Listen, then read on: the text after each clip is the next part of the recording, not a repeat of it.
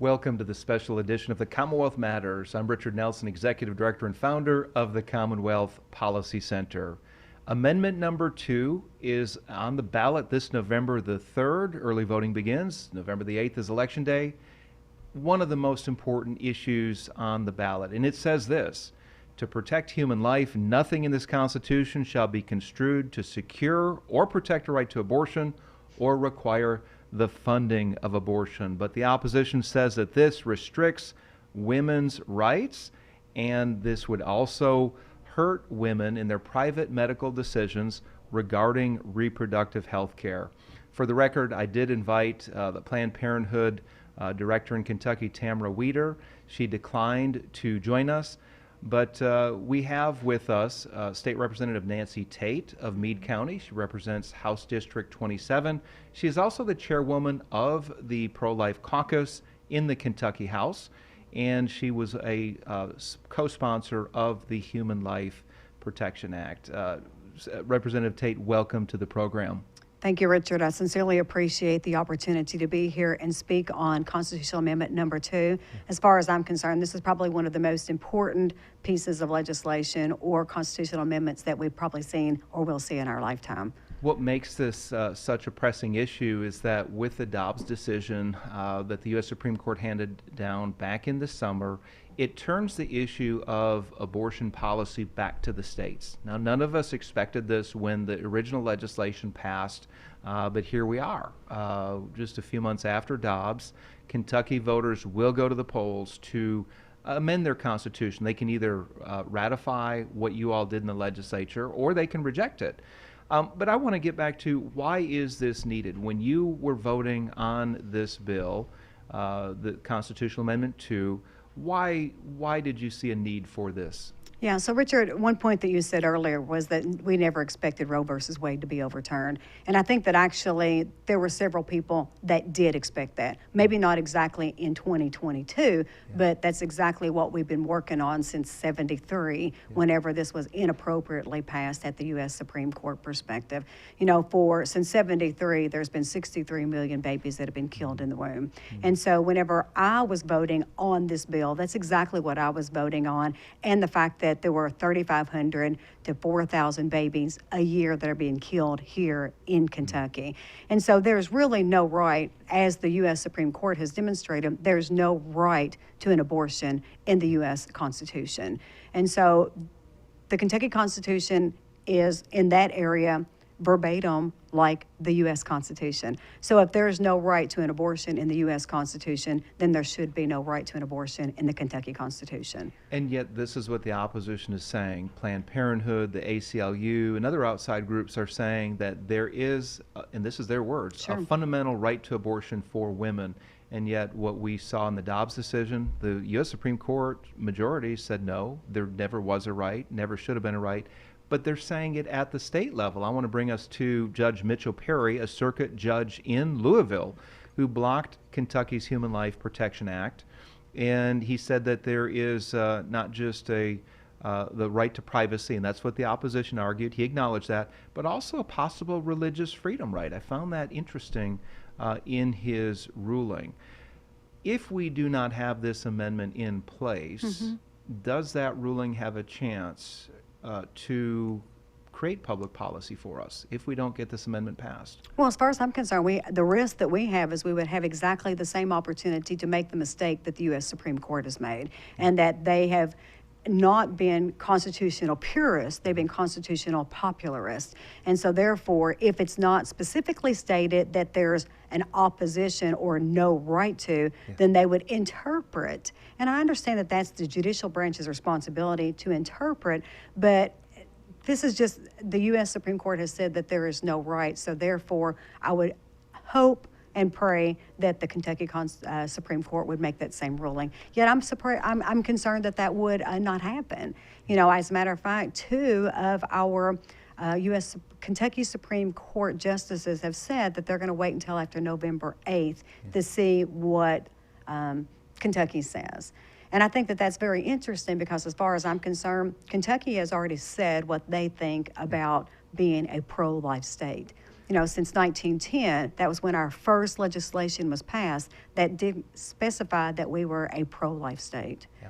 Right. And more specifically, in the last 6 years, the state legislature, with your help and the work of your colleagues, Yes, have sir. passed 13 different pro-life bills. Absolutely. Many of them are bipartisan, and they address abortion policy from different aspects, whether it's late-term abortions, whether it's the heartbeat bill, the number of other Chemical Abortion Reporting Act, a number of other bills. You sponsored House Bill 3 this last session, omnibus abortion bill.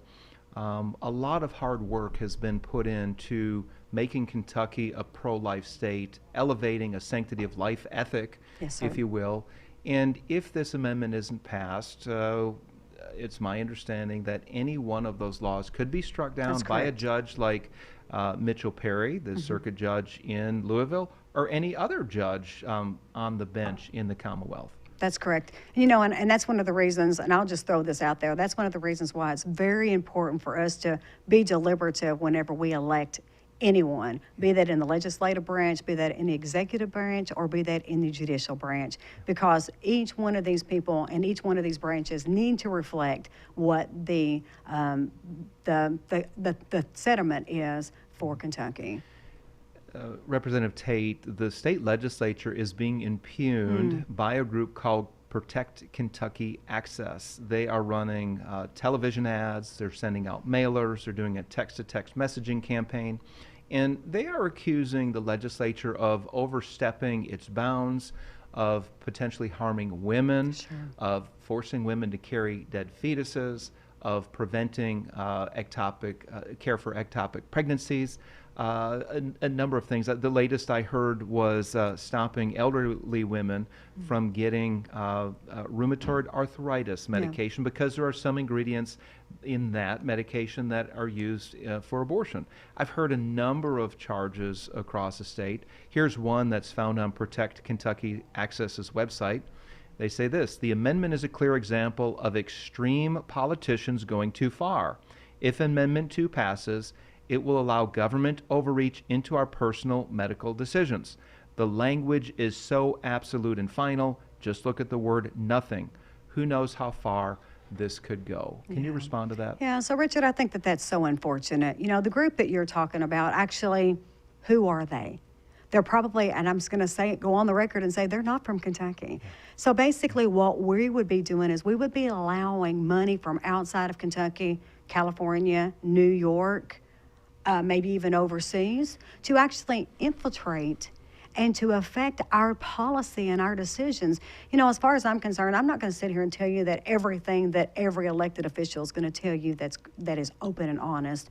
But I will sit here and tell you that every legislation, every piece of legislation, the 13 that you referred to, they're on the record. Yeah. It's on the record, specifically what we've said, specifically who's voted for it. And as far as I'm concerned, there's no black or white. I mean, it's there. I mean, there's no in between. It's right there. And so when people look at Constitutional Amendment number 2, you read it earlier. And if you break it down, it is very simple, very matter of fact. And one of the things you're going to hear people say is that, constitutional amendments are always so confusing. This one is not confusing. We were very deliberative and intentional in making sure that it was simple and that people would understand that there's no right to an abortion in the Commonwealth or the funding or the use of our precious dollars, our precious tax dollars for those abortions. And again, that constitutional amendment says this: to protect human life, nothing in this Constitution shall be construed to secure or protect a right to abortion or require the funding of abortion. And the intention was to stop a state-level Roe v. Wade, Right. where a state judge could find a right or create a right to abortion in our Kentucky Constitution. The other thing it does is it stops the funding of abortion with tax dollars. Now, one other thing too, but I'm gonna circle back around because you said that one of the things that is being said is that we are putting women at risk. Yes. Their health Now, at that's risk. what the other side is That's saying. what the other Yes. side is saying. That's correct. And so, specifically in our legislation, it says that the health of the mother will not be put at risk. The health of the mother is always taken into consideration. The health of the mother and the health of the baby in pro-life legislation. In pro-choice legislation, the baby is always endangered. And there's no separation of that. The baby is always in danger. Nancy, current state law, correct me if I'm wrong, already protects the health and life of the mother. Correct? Absolutely. And that has not changed at all in any of the 13 bills that we have passed. So, according to one of their ads, it says this Amendment 2 in Kentucky. This is a mailer sent out across the state by Protect Kentucky Access. Amendment 2 in Kentucky is government overreach, which would ban all abortions, even in cases of rape, incest, and when the mother's life is at risk. Right. So you just said that part of this is false because it does not ban abortion when the mother's life is at risk. Absolutely correct. It does not ban abortion when a mother's life is at risk.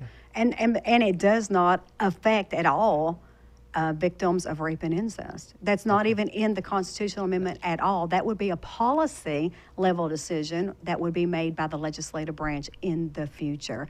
Now, one of the things too is that, some of my best friends, and I'll tell you this, I tell everybody that will listen that some of my best friends were actually conceived from rape and incest.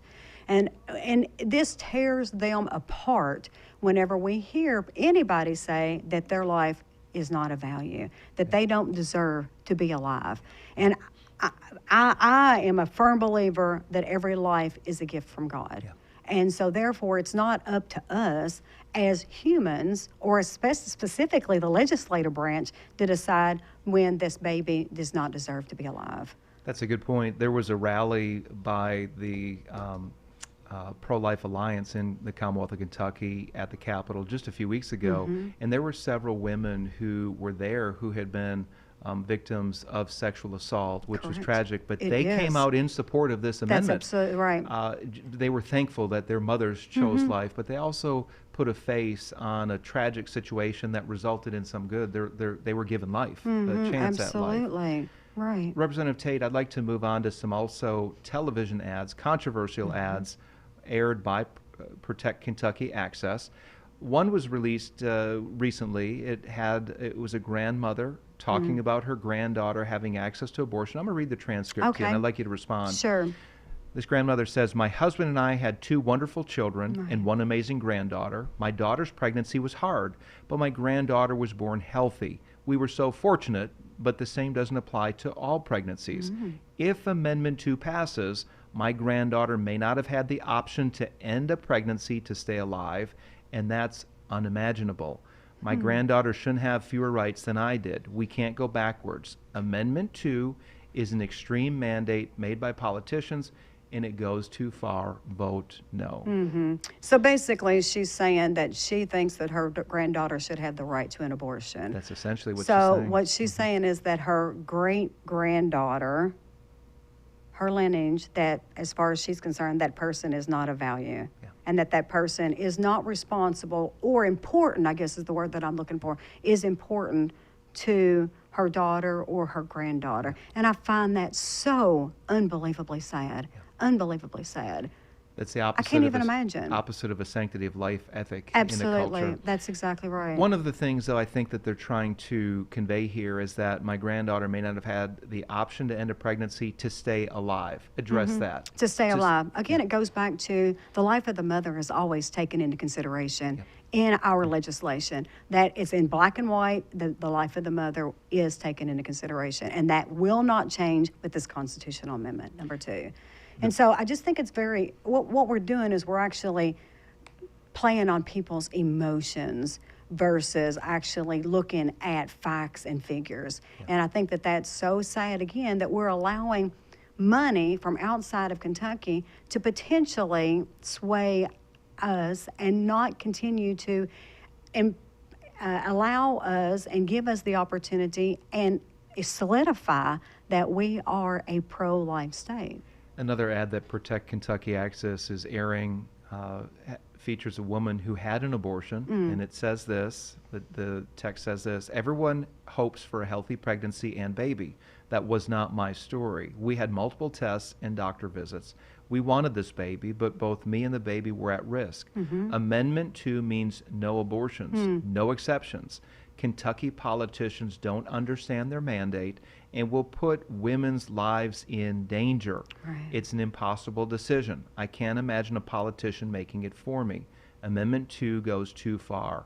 Please, for our families and yours, vote no. Are you putting women's lives in danger? Absolutely not. You know, Richard, one of the things that's very interesting is when I look at the vital statistics for Kentucky, and I can look at the vital statistics, it's open record. It's, you know, anyone in Kentucky can actually go look at that, is that for the last 5 years, there's only been one person, one woman, I'll say one woman, every 5 years that has had an abortion because her life was in danger. The reason why is because women, when their lives are in danger, don't go to an abortion clinic. Right. They actually go to their doctor. And that is absolutely what we want these women to have the opportunity to visit their doctors and to take that opportunity. One life, one woman every year. I'm not talking 1%, I'm talking one every year. And that was based upon the information that they provided on the intake. Yeah. So it's not anything that I'm putting into their mouths or anything that anybody else is doing. They're filling out that intake sheet. Yeah. And they're the ones that are saying that they're not there for that their life is in risk. Nancy, I watched a debate on KET where the Planned Parenthood representative was addressing late-term abortions. Now, as it is, there was an attempt by the legislature to, in fact, a law that was enacted that would ban late-term abortions. There was the Pain-Capable Unborn Child Protection Sure. Act. There was the 15 Dismemberment week, Abortion dismemberment, Act. absolutely. Those are being tied up. Both of those, I believe, are tied up in federal court. That's correct. But late-term abortions are still allowed in the Commonwealth. At this point, there's no abortions. No abortions. But prior to Dobbs, they were allowed. Planned Parenthood was saying they don't happen. Uh-huh. They do not happen Right. in the Commonwealth. Do you have a response Right. to that? So the abortions were allowed in the Commonwealth of Kentucky up to 20 weeks. But what the other side is actually looking at, and all you have to do is you have to look at what the rhetoric that's being pushed nationwide. And so the other side, that pro-choice side, really wants infanticide. And they want the rights to abort a baby up to birth, and in some states, 28 days after birth. Yeah. And it doesn't really say, oh, because that person or that baby is actually, something's wrong with them. All it says is that the parents might not want them.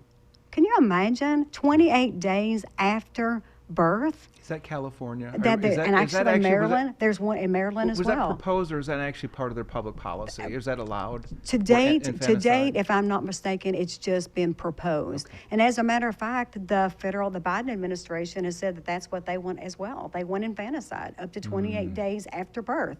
And that's not just because there's something severely disabled about that baby. All it says is that the parents don't want the baby. I mean, that's murder. It's murder in the womb, and it's certainly murder outside of the womb. Absolutely. You had brought up the money that's involved with the Vote No side. Protect Kentucky Access has raised over $3 million. We did an analysis of where that money is coming from. 83% of that $3 million is coming from out-of-state groups. Consider a few of the donations. Former New York Mayor Michael Bloomberg donated $250,000 to Protect Kentucky correct. Access.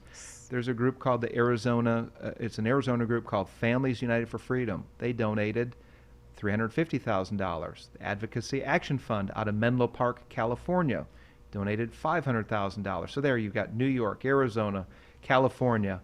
45% of that $3 million budget or money that has been raised has come from the ACLU and Planned Parenthood affiliates from across the country. $400,000 from the ACLU and $964,000 from Planned Parenthood. So most of the money is coming from out of state. I had a chance to look a little closer at Kentucky donors. Many of them are coming from Louisville. There's some from Lexington. I've only noticed a few former elected officials on there, not very many current officials that are putting their money into this. But there's a lot of money that's been poured in by outside groups Absolutely. to change our minds That's on right. Kentucky public policy, isn't Right. there? Yeah, and that is so sad. I mean, like I said before, I know, and we know that since 1910, the first piece of pro-life legislation was passed. And you know, people say, well, Nancy, I think that you guys are just being opportunistic. So since you had the majority in the House and the Senate, that this is why you're doing this. And I go, actually, it's contrary. the people of Kentucky have sent us here. The people have sent us here because they know that we're the most pro-life General Assembly in the history of the Commonwealth of Kentucky. So we're not being opportunistic. We're actually following the direction of our constituents. Yeah. And I am so proud of Kentucky for taking on this challenge. And here we are at the very last minute. And so all we have to do is push this one constitutional amendment over the finish line, and then, this is always going to be a battle, because we've talked about how much of a money-making opportunity this is. This is $1 billion industry on an annual basis in Kentucky. So Planned Parenthood's 2020-2021 annual report revealed that they took in $1.7 billion in income. Now, this is the Planned Parenthood affiliates across the country. They performed 383,460 abortions in 2020. They're the number one single provider of abortions in the United States and probably in the world. So, Nancy, if you multiply the minimum dollar amount for an abortion, which is $500, that's the minimum. That's correct, yes, sir. If you have a second trimester abortion, it's going to be more Yes, expensive. sir. Third trimester, you're talking thousands. But if you just multiply the minimum number of dollars per abortion times that 383,000, you will get $191,730,000 that Planned Parenthood took in from abortions in 2020. That's the minimum number. It's likely much more than that. Absolutely. So they stand a lot to gain, don't they? Well, not only that, but then you have to look at the federal dollars that are being applied to Planned Parenthood as well. The numbers that I've seen is that at least $530 million is going to Planned Parenthood from our federal dollars on an annual basis. $530 million. So they took in $130 million from abortions. $191 million. $191 million. Okay. But then our tax dollars, $530 million. So even though there's the Hyde Amendment at the federal level, that means there's still money that's being filtered to Planned Parenthood, and then that's how they're using their money. Let's talk about that for just a moment. There was an effort at the federal level to defund Planned Parenthood, especially in 2015 when it was revealed that their executives were bartering or trading or trying to harvesting baby parts, baby body parts, that's and then exactly selling right. them, That's using correct. them Yes, for sir. research purposes. That's correct. 7 years ago. There was that's a correct. huge backlash against that. But in the Kentucky legislature, there was a defund Planned Parenthood bill. It did get through. It is on the books, and essentially it could not be. My understanding is it could not be totally defunded, but it put Planned Parenthood at the bottom of the list when it came to receiving public tax dollars. That's correct, yes. And in House Bill 3 of this year, we actually passed our version, the Kentucky version of the Hyde Amendment.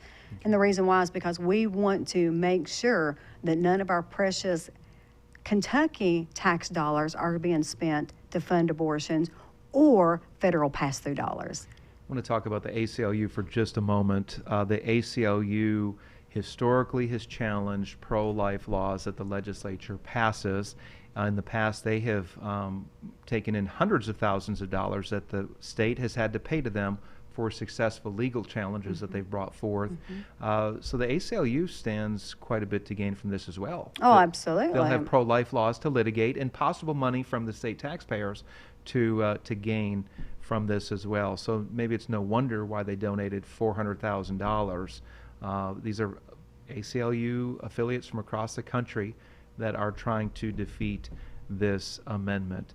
A point I made recently in a column that I wrote was that if this amendment is defeated, it would make Kentucky, if I could use this term, an abortion oasis. I know that's an oxymoron, but here's what I mean by that.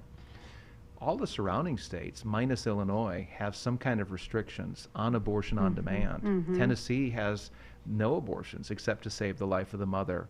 Indiana passed a similar law. They have it's a little broader. Yeah, it's a little broader. Some extra. Yeah, exactly. You look at West Virginia, they've got some serious restrictions. Ohio, Missouri, all of the states surrounding Kentucky have strong restrictions on abortion. If they defeat this amendment, Representative Tate, could you possibly see groups like Planned Parenthood coming in with major facilities to provide abortions, especially for the surrounding states? It's absolutely, and wouldn't that be tragic? Absolutely tragic. One of the things that I haven't shared with you is that I had the opportunity to be a guest of Life Action earlier this year, and while I was there, we had I was in the same room, actually at the same table with legislators from Indiana, West Virginia, and Idaho, and they were talking about the language that is being pushed through their Senate. And it was appalling to me, the information or the language that was being pushed through their Senate through organizations like Planned Parenthood and ACLU and the Hospital Association.